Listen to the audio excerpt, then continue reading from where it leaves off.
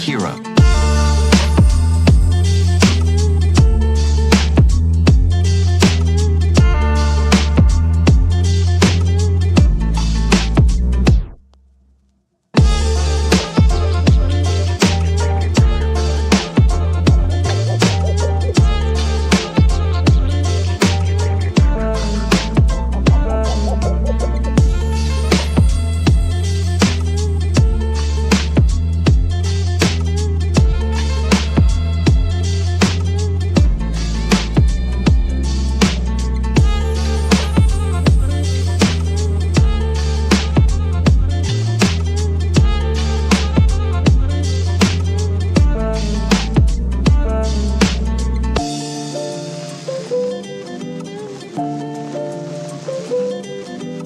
Have you any hobbies? My hobbies are fast cars and fast women. Hobbies are healthy. They teach you things.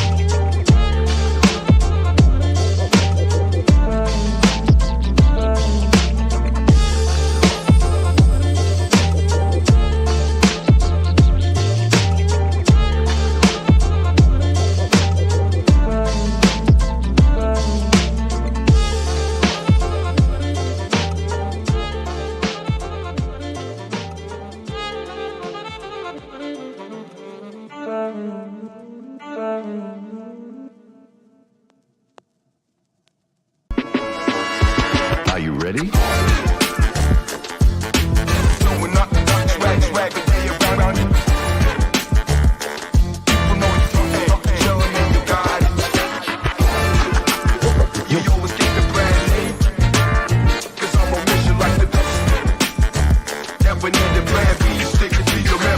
Are you ready? Welcome back, everybody, to another amazing edition of Around the UFL. And boy, oh boy, do we got a big week. Small panel, but we got a big week. And who knows? If we're lucky, maybe Zachy boy will jump in here. We'll have to see. I figure we got to do a show this week. I'm traveling the next 2 weeks. But we had big news today. But before we get into that, we all know this guy over to my right, James Larson. How's it going, my man? How you doing? It's been a couple weeks. Well, how have things been on your end? Doing good, staying busy. Was out in New York for a little while. So obviously, I think the last time we talked about a little bit of arena football. We got grid camps going on, lots of good stuff. Spring football scene, it's always busy, man. Never dies. And we got quite a bit to talk about today. Honestly, some kind of sad news. So, yeah. It's all most of it's sad news. The other is like the best news. So it's one of those, it's a bittersweet episode, but from the sad side, we have, well, I guess it depends on who you ask, but we have the USW stepping away from their partnership with the UFL. We'll dig into that. We have the big news that John DiFilippo is stepping away from his role as head coach of the Memphis Showboats. But you put out, you've been putting out all sorts of articles, but you have an article kind of going over the progress of some of these UFL players that are in, we're in the early stages of the NFL preseason. And, before we even jump into it all, but I'll tell you this, the only points that came from my Lions came from my man, Jake Bates. I'm just going to say it already, a good pick. Only points on the board, UFL points. That was a 53-yard bomb, too. He's crushing it out there. And then I posted a clip of him the other day at practice. He booted a 64-yarder, which we are familiar with 64-yarders from Jake Bates, aren't we? So 100%. Well, even people in the comments on that post on X were saying he could knock it from 70. And I'm telling you, just wait till the NFL season. This is going to be a great game. Just wait till it's the Cowboys and the Lions. I don't know if they play, but if they do, we got kickers on both ends of it. It'll be a hell of a game. Imagine a Brandon Aubrey versus Jake Bates shootout. Just That kind would of be like that. Wasn't that there? would be a spring football fan's dream. And then throw in a Cavante Turpin kickoff return for a touchdown. Hell yeah! Just They got to get special me in on teams these scripts. only. You know what I mean? Like NFL script writers, come talk to me. We got to give some UFL fans something to root for. You know? I'm telling you, niche crowds are crowds nonetheless, and you're getting a couple of them because you'll get the special teams people happy, you'll get the spring football people happy. Everything's good in the world. I see Ducky's in the Ducky's good enough to be in the chat, but he's not good enough to be on the show today. No, I'm kidding. He's traveling. And I missed him too. He was near me, but I missed him. But maybe next time. Maybe not. It has been, before we jump into it, I do want to wrap up in an hour, but by 6, 7 Eastern, if that makes sense. But Makes sense. dude, I have been just busy with work stuff and then with getting all my travel stuff situated. And I'm basically done. I'm basically done now. So now we get to do the show, which I wanted to do the show because I figure if I didn't do it here, I don't know if you guys have the logins and all that.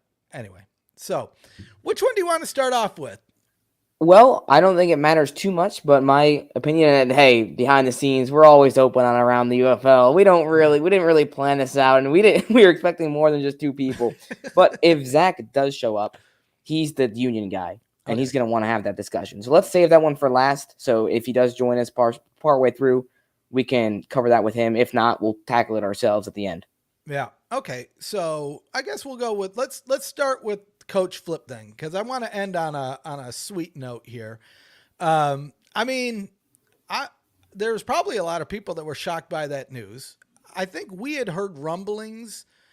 We already knew that the coaches weren't under contract. There was already things happening differently this year than it was last year. Polian not being there sounds like maybe didn't help in the situation, or I don't know, didn't do him any good. I don't like it. I'll tell you that much. I don't like it. I don't know.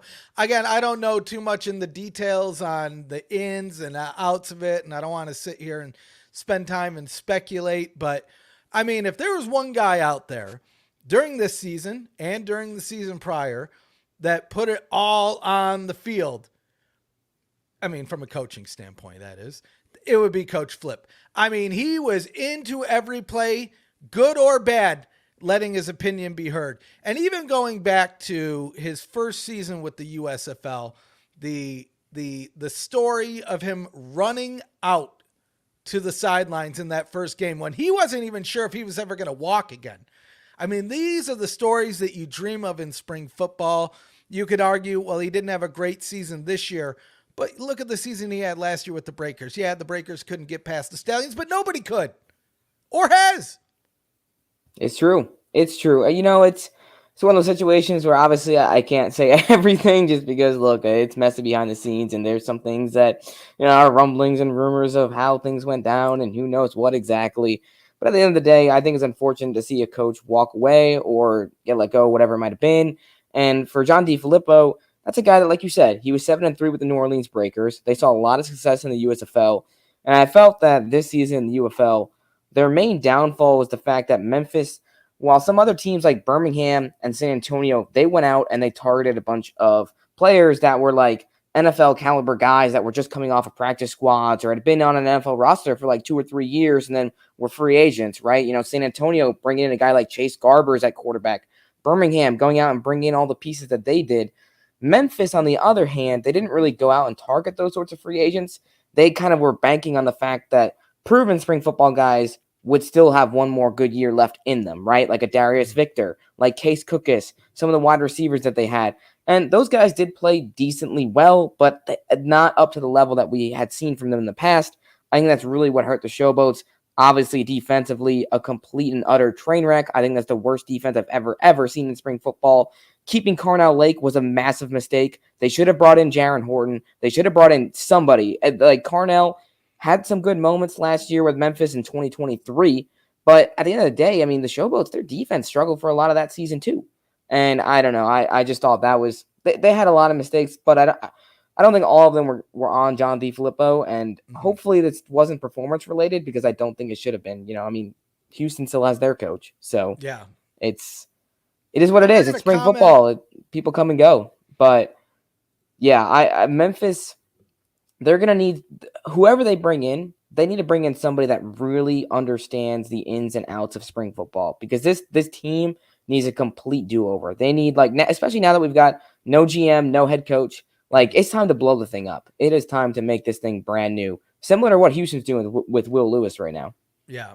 Now, I mean, I feel like if we talk about it here, people will say, well, of course, that's the natural answer, but I'm going to say it anyway. I'm going to say what everybody's thinking. Jaron Horton feels like a natural fit for this position. I mean, look at what he did for the Maulers in season 2 of the USFL.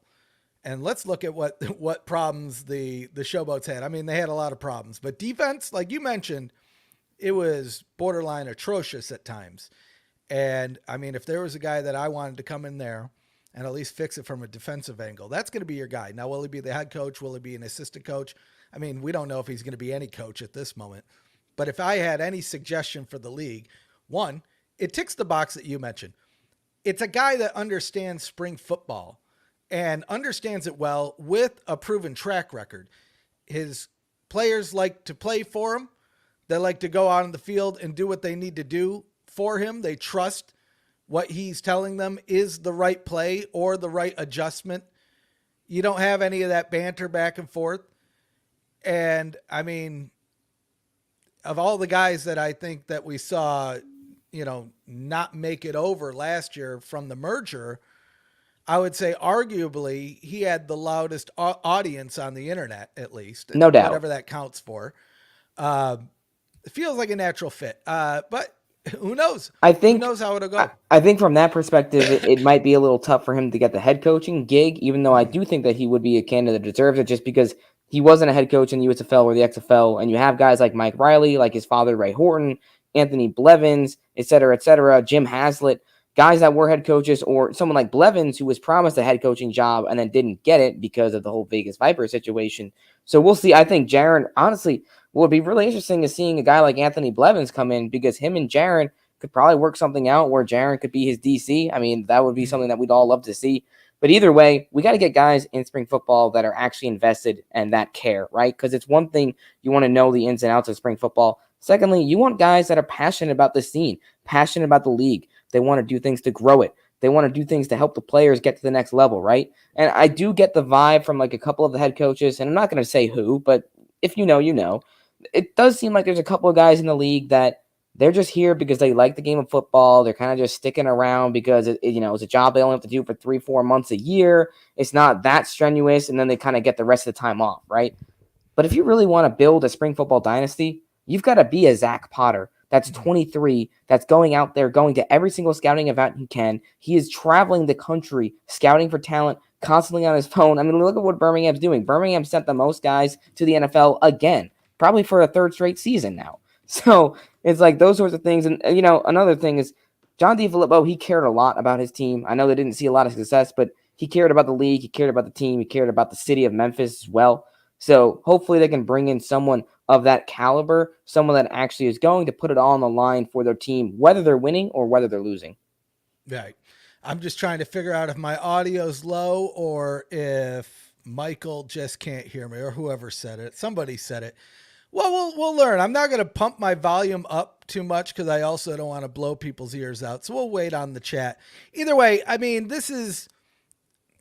I always hate to see moves like this in the offseason, especially from a coach that I think probably could have turned this team around. But if it at the end of the day creates more opportunities, as long as it creates opportunities for like you said, somebody that wants to do this, somebody that's not just here to fill some time or fill a spot in between jobs, but somebody that loves spring football, I mean, I'll be happy. And if it results in good spring football, okay, cool. So sounds like the audio is fine. Sign everyone up. Thank you for checking that for me. Now it'll be interesting because I'll be honest. I don't know if this is the last change that we'll see. I don't know if it'll be, I feel like there's going to be at least one other head coach that will be different come 2025. That's not based on anything I've heard. It just feels like the fact that none of them are under contract now leaves the wiggle room so open. And when I look at the year one of USFL going into year two, there was a lot of turnover. I was actually surprised at the amount of turnover.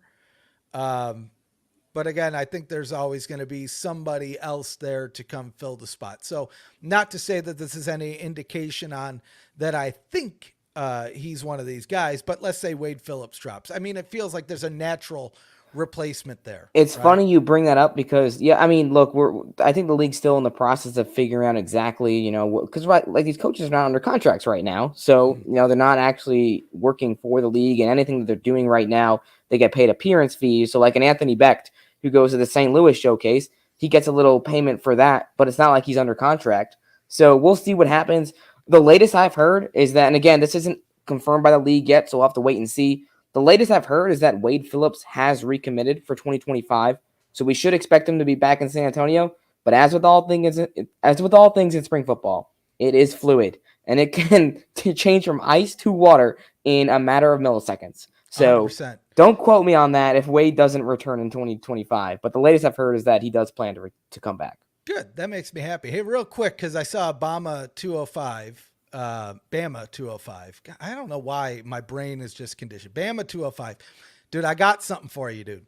So I'm going to Europe, and I'm going to bring a whole bunch of these guys, these Stanley the Stallion stickers, and I'm going to paint them all over, dude.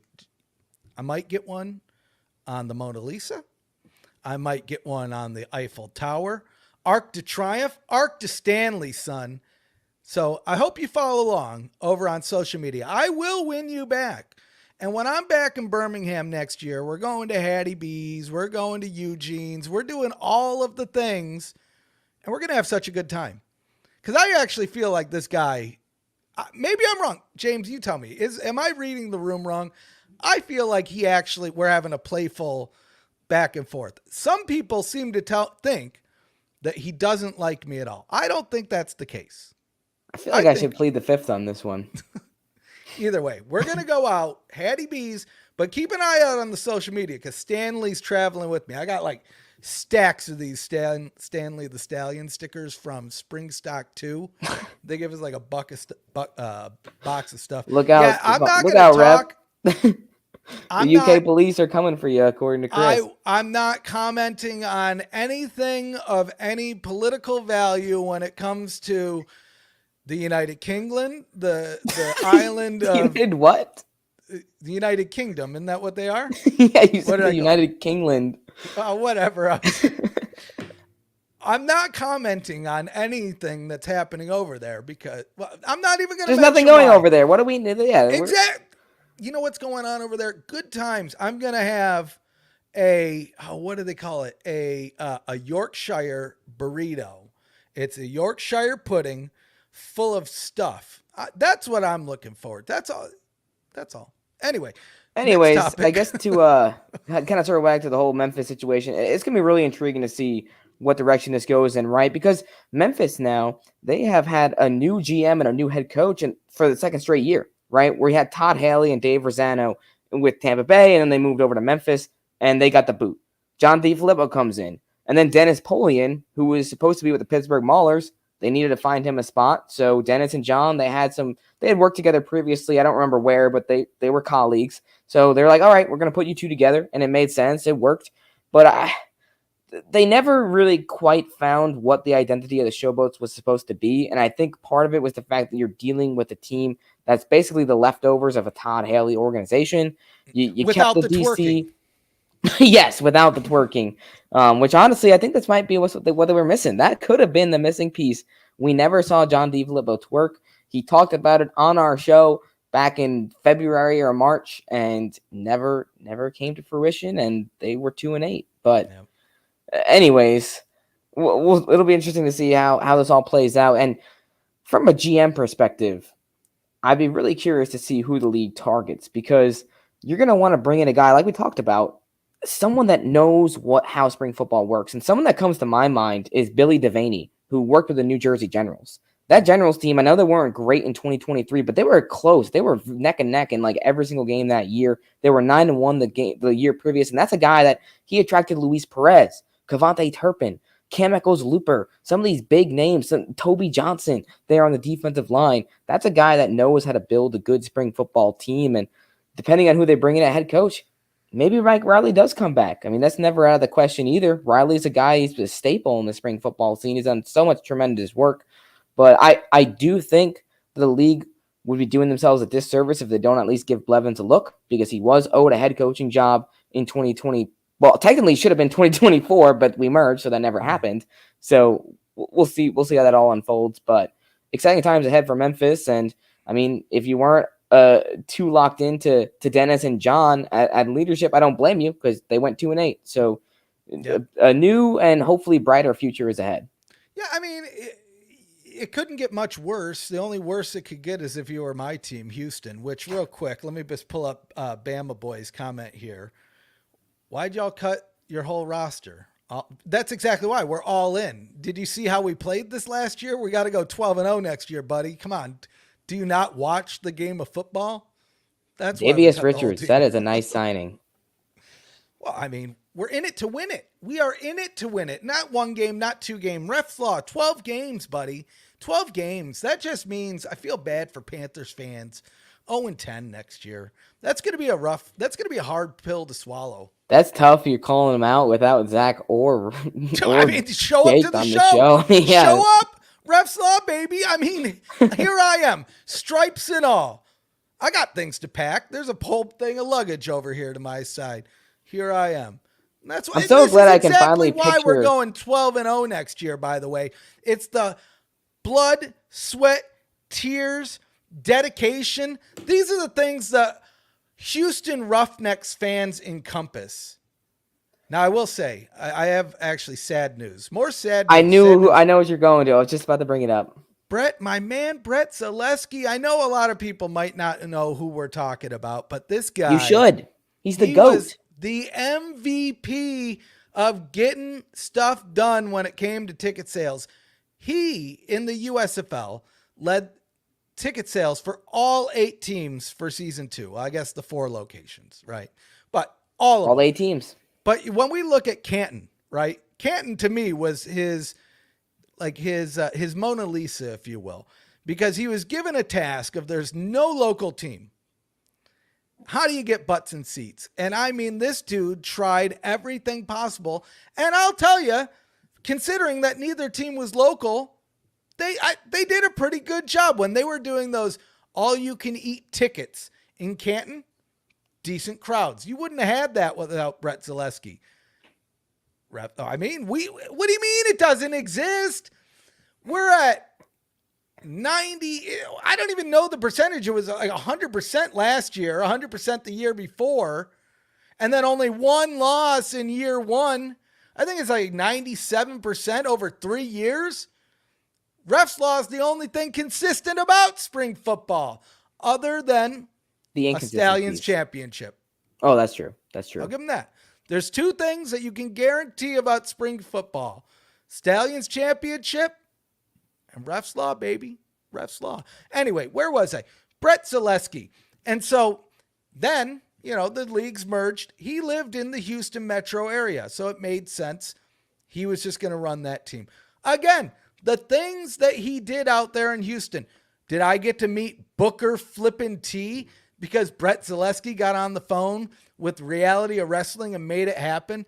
And I mean, there was even discussions about doing storylines with the wrestlers or with the football players in Ring of Wrestling over the summer, which, I mean, with the UFL contract structure, it doesn't really work.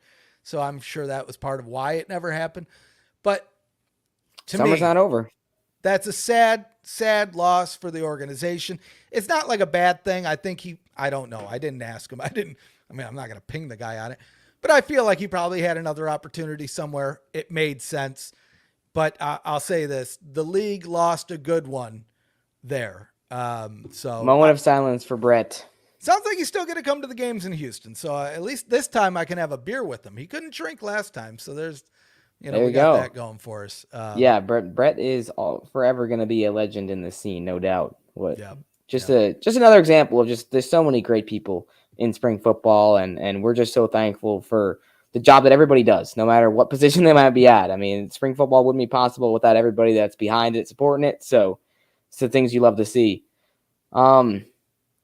Moving on, I feel like we could probably look at a couple of the events that went over the weekend with preseason games. Yeah, let's take a look at that. I'll be honest, I don't know if Zach's coming in to talk about this union stuff, but we will. We'll get into the mud on it. But you probably know more about this NFL stuff than I do. I watched the Lions game. I didn't watch much of anything. I just caught up on it today. Oh, good. I'm being honest. I watched that Lions game and I kind of regret it. It's the preseason though. I mean, preseason is never good. Well, it's mostly never good. It is good because we get to watch all of our favorite UFL players. It depends on what you're watching for. If you're watching for like your team. Or, you could also watch JJ McCarthy dropping some dimes. I mean, he was looking pretty good in Minnesota this week. I'm starting to get a little excited. But look, we saw a lot of guys make an impact, and it all starts with Bama boy. You're gonna like me for this one, Adrian Martinez, the unsung hero, or not the unsung hero, the hero of the UFL this year, the MVP, the guy that we all tuned in to watch every week because he was so electric and dynamic with the football. And Martinez went to the Jets, and he played a pretty dang good game. He obviously didn't play the whole thing, but he was in there for some time, completed 6 passes, threw for 104 yards. He dropped a dime deep to Brandon Smith, the former DC Defenders wide receiver. So we got 2 spring ballers in action in one play, which is what you love to see. Martinez also scrambled for like 24 yards. So he was making things happen. Adrian, look, that's a guy that clearly after what he did, I think, Ref, you would agree, he's got NFL potential. He should probably be on a roster. And the type of guy that you put him in New York, if he sticks around, imagine Adrian Martinez getting to sit with Aaron Rodgers for a couple of years. That's what it's all about. There's definitely some potential there. And then on the other side of things, a quarterback that was arguably just as good as Martinez and honestly probably a better passer was Luis Perez. And he ends up signing with the Chargers this week, gets thrown into action in the fourth quarter, completes 5 passes, had a nice deep ball that got a lot of attention on social media. So that's a guy that did really well this week as well. And look, Luis Perez, Adrian Martinez, they're kind of like on opposite sides of the spectrum in spring football, where Luis, he's the journeyman. He's literally been in every single league, and he's torn it up every single time. And then Adrian was the newbie this year. He was the rookie draft pick, and he shows up and balls out in Birmingham. But it just goes to show that it doesn't matter where you are necessarily in your career. It doesn't matter which teams you might have played for. If you're willing to come to spring football and put it all on the line and stay consistent, you can get back to the NFL. I think Luis and Adrian are both examples of just that. Oh, 100%. And again, this is one of the main reasons I love watching spring football is for these guys to get an opportunity to move and further their career. I know I said, there's no reason to watch the preseason games, but you get what I mean. I'm talking about is like, if you are a Lions fan and you're watching to get an indicator of, this is going to be a Lions game, especially in the first game in the preseason, you might get a quarter of that. You know what I mean? But at the end of the day, man, you were really starting to see this pay dividends in spring football. And now it's season 2 of the UFL, but this is really about like the 5th collective season of spring football. If you go back to like the AAF and then the XFL and then the spring league and then the XFL and then there's so many seasons in there that year over year over year, we're seeing 1 or 2 of these guys stick. And yeah, we kind of talked about that earlier. A lot of them seem to be from the special teams perspective, but the more and more seasons that spring football has, the UFL or whatever the league is called, I think we're going to see that expand, because now I think you're starting to see players see the thing that we've been talking about for a couple of years is now spring football is kind of a viable option if you want to get some more reps and get some more visibility to potentially higher the stakes for your career. Now, you might get on a practice squad today, but let's say you play a year in the UFL and you ball out. Well, you might be on the full roster now. And it might, I think the more and more of these players that we see going over there, and you can't discount just the knowledge of sitting in the room with somebody like Aaron Rodgers, let alone practicing with them and playing, sitting behind him all season during a live NFL game, seeing him just call the plays, hearing him call the plays on the field. You're going to learn some things that you might not have learned just from a coach or from another player that maybe even played with them.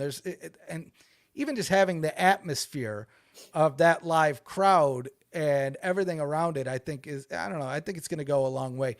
At the end of the day, these are the things that we love to see. I'm looking forward to the full-fledged NFL season, selfishly for myself, for the Lions, because I'll tell you this, the Lions, we notoriously have great kickers. We always generally have great kickers. Last year, nothing against the guy, not the best kicker. And so when Jake Bates was potentially moving on to the NFL, I wanted him so much so to go to the Lions, if anything, because we have that Ford Field connection. He's going from the Michigan Panthers to the Detroit Lions. And I kind of hope we see more of that where we see these locales share. It would only make sense that the Lions would have scouts at these games. It's at their stadium. And I'm making assumptions here, but you would assume, especially when a guy starts knocking in 60-plus yard field goals. So I'm looking forward to that. And here's what I want. And hopefully I can will it into existence. Follow me here, James. Super Bowl. It's like, I don't know. We're down by 2. There's 2 seconds left on the clock. We're 64 and a half yards away. I guess not 64 and a half, but it would be a 64 and a half yard field goal attempt. Jake Bates comes out, knocks it in.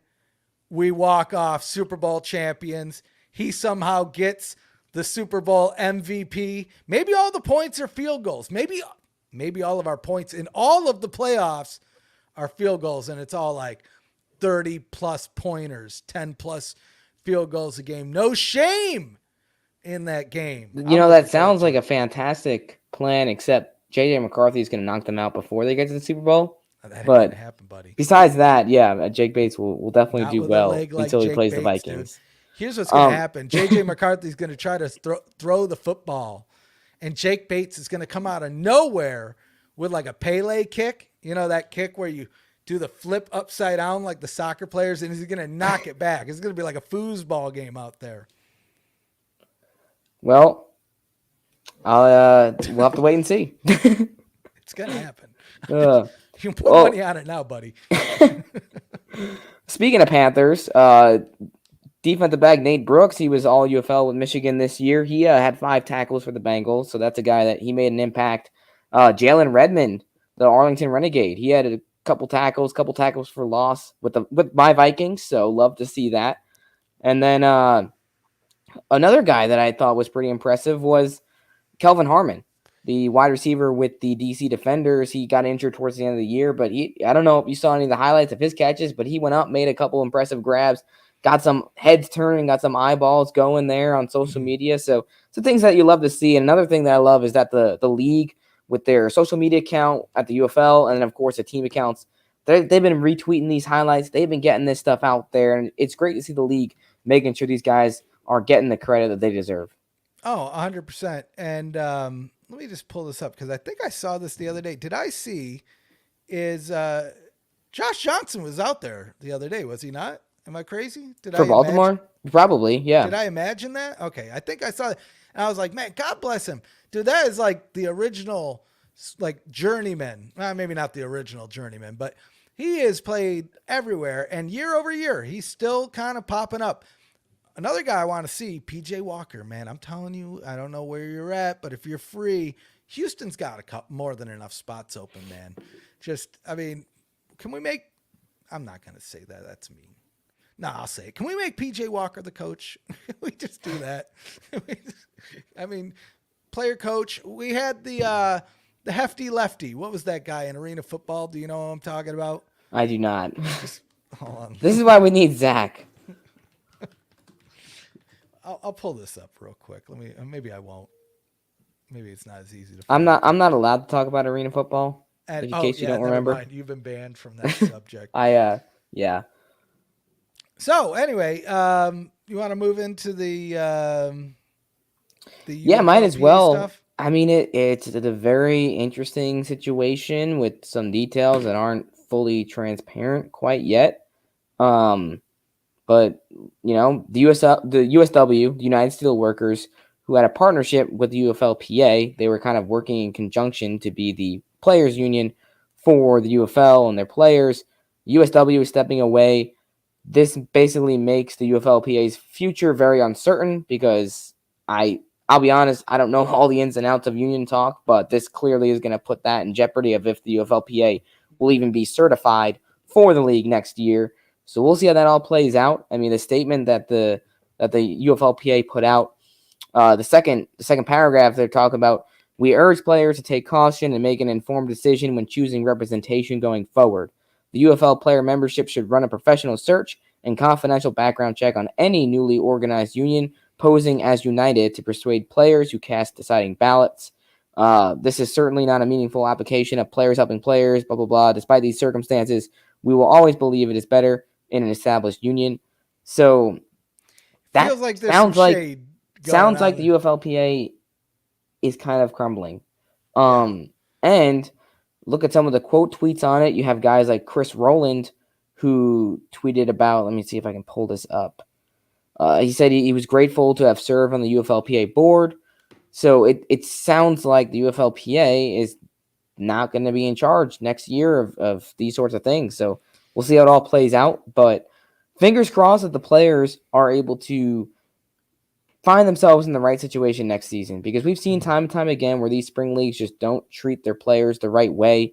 And I get it. It's spring football. Like, you're not going to be able to give these guys insane salaries and benefits and whatever like the NFL, but they're football players and they put a lot on the line to play this game, and they risk their lives and their health for this game. So we want to make sure that the right things are in place, the right benefits are in place, and hopefully the league and whoever the players end up bringing in as a union, if that does happen next year, hopefully it all works out as smoothly as possible. Yeah. Well, I'll say their warning is very specifically written, if you ask me. Again, this is just my opinion, but the fact that they have united in quotes, maybe I'm reading too much into it, but it feels like they're warning the players against working for the United Players or the United Football Players Association, which yes, there's been some confusion and there's been some bickering between the two. But it'll be interesting to see if we do have a union in place by the time that season 2 of the UFL kicks off, because I don't know, it feels like the time would be running out on something like that. When we look back at the USFLPA, when that took place, that it feels like the discussion started at the end of the season 1 and basically took from there until near season 2 for everything to really be ironed out. It's unfortunate because it really didn't see the whole vision all the way through. And I mean, even if you look at this year, there were some things that were, I think, technically promised to in the agreement when it comes down to like weekly bonuses and player showcases and awards and things like that. Like Player of the Week, we didn't have any Player of the Week this year, but there was a bonus and incentive around earning that going into it, which they've rectified. I think they moved it into like the playoff bonuses, but you can make an argument that says, well, I mean, not every team makes the playoffs. Yeah, I think they were able to move it into like some bonuses for like the all UFL teams and things like that. So at least it did include some players that weren't on playoff teams, I believe. But yeah, those are the types of things that in spring football simply shouldn't happen, right? That was the agreement. That was something that the UFLPA had worked out with the league. So the league basically, to backtrack, it's a two-way issue where, one, the league is not holding up their end of the bargain, which is something that we've come to expect in spring football. A lot of these leagues, I know the executives talk a big talk. They're in it for money too, and they're going to be as tight to the chest, and they're going to cut as many corners as they can. Secondly, the other side of the coin, which is another issue, is that the UFLPA, it kind of felt like they didn't have as much power or control as they should have. It kind of felt like they just kind of had to go with whatever the league said in certain areas, specifically this one, where there was an agreement to have a Player of the Week and those sorts of awards and bonuses, and it never happened. And sure, they were kind of made up for it a little bit with some of the things at the end of the year, but it was just like a little compromise, right? It didn't actually make up for what the players missed out on. So those are the sorts of things that moving forward, depending on which union comes in, what the league does, hopefully we see the players be able to get behind someone, or I guess an organization / union, whatever you want to call it, that'll actually stand up for them and that'll actually be able to move the needle when these issues arise. Mm-hmm. Yeah, it's interesting when we actually look back at the past on where this partnership came from. It's actually interesting because it actually started with the spring league and with the linemen. And I only know that, and maybe there's probably more details into it than I even know or could share. But when I was at the Mega Bowl, which, I love to mention being at the Mega Bowl. But when I was at the Mega Bowl, there was a, what do you want to call it? I don't want to call it a tailgate, but they had a little tent with radios and drinks and stuff set up for the United Steelworkers. And I was like, oh, that's interesting. And I think even at the time there was something that they were doing together, and maybe that was the reason that the team was named the Linemen. I'm not too entirely sure. Things are fuzzy when it comes to the spring league. I mean, beyond us, there's maybe a couple other people talking about it, but dude, you cannot find those games, man. They used to be on YouTube. That you cannot even find clips of half of that stuff. It's a shame. I know somebody's out there that copied or has a version of all those games, so release them. I don't know if anyone's going to do anything about that. But I mean, what would be unfortunate, and I don't think this is going to happen, but what would be unfortunate is the UFL plays the second season, and for whatever reason or another, they don't play a third. And although that there was a union in place, by the time that it would have been necessary, it wasn't in place. That would be the unfortunate outcome. I'm not saying that I have any indicator that is the case, but I'm just saying we are hypothetically speaking here, to be clear. At least if right now, before today, the UFL decided, you know what, it just wasn't worth our buck, we're going to throw in the towel, there would be some protections in place for these guys. Right now, maybe there is, maybe there isn't. I don't know what the ink really says on the paper, but if it isn't now, in the near future, those protections aren't going to be there. Right, and another thing is these players, they were all on 1-year deals with the UFL, and we've seen some guys re-sign, but these are just letters of intent. These are not official contracts, and the problem with that is it does give the league, like, if it's not an official contract with, like, actual monetary attachments to it, it's not much of a contract. Yeah, you're not getting paid until January, right? Exactly. Yeah. So that also makes it a little bit easier for the league when it comes to that sort of thing. But we're being a little doom and gloom. I mean, hopefully, we are hypothetically speaking here. Hopefully we get a season 2, season 3, and beyond. But it is important. I do think it is important for any spring football fan just be a little bit cautious and a little bit skeptical just because of what we've seen in the past. Like spring football, it's volatile. There's no guarantee it's going to survive. And the players get screwed over pretty often. Like, that's just how it goes. So that's something that I think it is important to be vocal about that, because more than anything, we want to see these players thriving. We want to see these players making money and being able to continue to play the game of football that they love, that they put so much work and effort into being great at. So those are the things that make spring football great and part of why we love being in the scene. And we just want everybody to be great. I think that's kind of what it is. So we're going to call out the issues if we see it. 100%. I don't know why this jumped in my head, but if I don't say it now, I'll forget it. If there is anybody that watches this show in Europe or has been to Europe and knows the answer to my question, I'm curious if you know if there's any like sports apparel stores that sell ELF gear, because I would love to stock up while I'm there so I don't have to pay crazy shipping prices to get it shipped to the United States, specifically a Paris Musketeers jersey.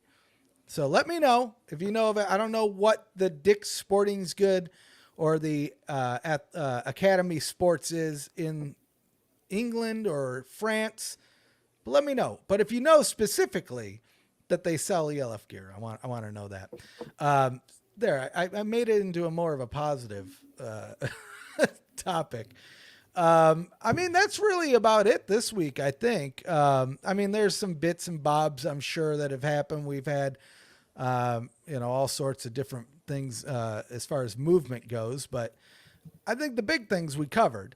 Hopefully. Oh, for sure. I mean, there's not a whole bunch else other than some of the re-signings. We've seen the Battlehawks. They've brought back several guys, locking them in for 2025. Same thing with the Michigan Panthers. Seeing it, the pipeline from UFL to NFL has stayed strong. I mean, I think that's going to stay pretty strong throughout the rest of preseason. And then, sadly, we'll see a lot of those guys get cut. But that's good news for UFL fans because a lot of them will hopefully come back to their respective teams. Because each team holds the rights. Like an Adrian Martinez, he's going to go back to the Stallions. Unless the Stallions decide that they don't want him, and then he could go sign somewhere else. But that would be kind of... I don't think Zach Potter or Skip Holtz is going to say, yeah, Adrian, we don't want you back. I mean... Nope. The guy won it. He got the MVP, won the game. Yeah, that's someone you're taking back.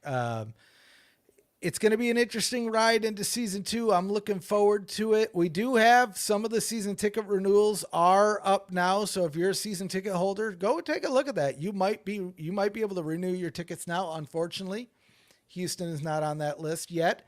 My hope is it's because of the rumors that we've heard that they might potentially be moving back to TDECU. And if that's the case, take your time, but don't take too much time.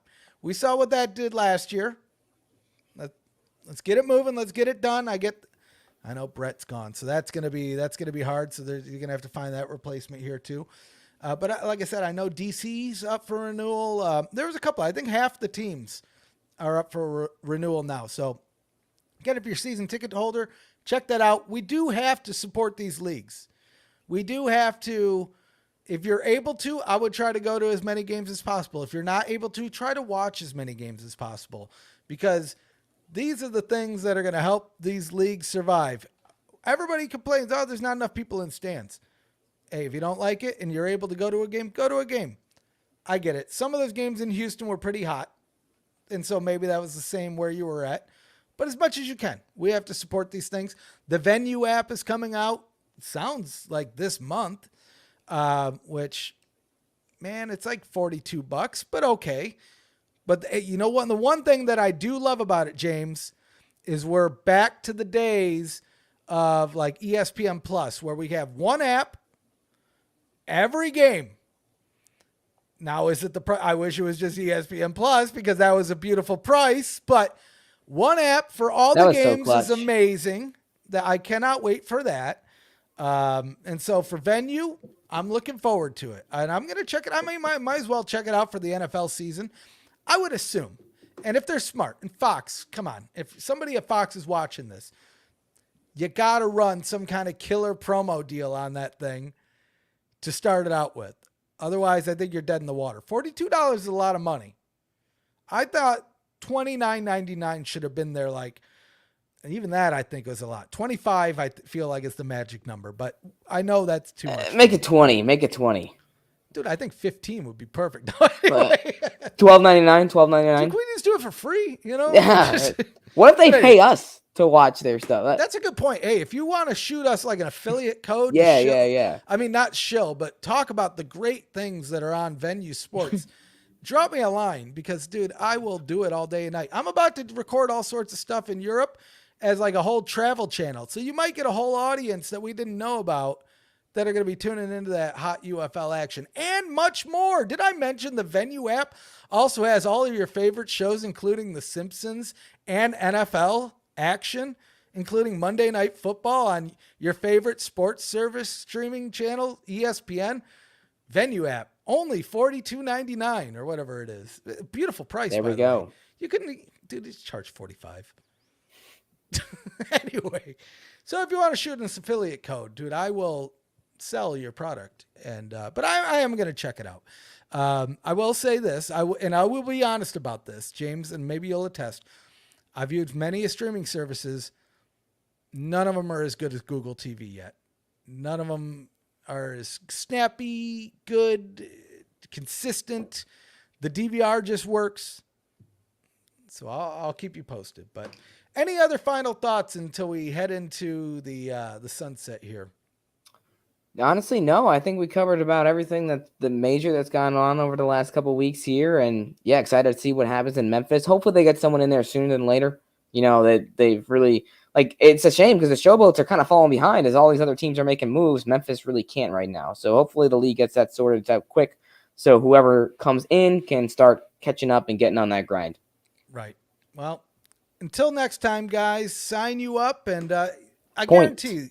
Oh, points. Oh, my God. We dude, can't we're not getting give a us lot points of after we're the only points today, two that too. showed Hold up on. today. Let me pull this bad boy up. I even have the spreadsheet right here. Okay. I mean, James, how many points do you want? I mean, we run the day today. Yeah, I mean, You want like 11 points? give me 11 and then give me 2 each for the fact that Jake and Zach didn't show up. So 15. 15. All right. And you know what? Just because I don't want to outdo you, I'm going to do 4. You know what? I'm going to do 12. I'm not going to go 14. 12 for the number Do 12 wins. and give yourself an extra 3 for the fact that Ducky traveled to Houston and didn't say hello. Oh, that's a good point. You know what? Screw it. All right. So we both get 15. All right. I'll take it. All right, guys. I think that's it. Until next time, sign you up. Make sure you follow us around the UFL, PF Newsroom, UFL Newsroom. You guys know the drill. Do the thing. It'll be good. Renegades still are trash. Houston sucks too.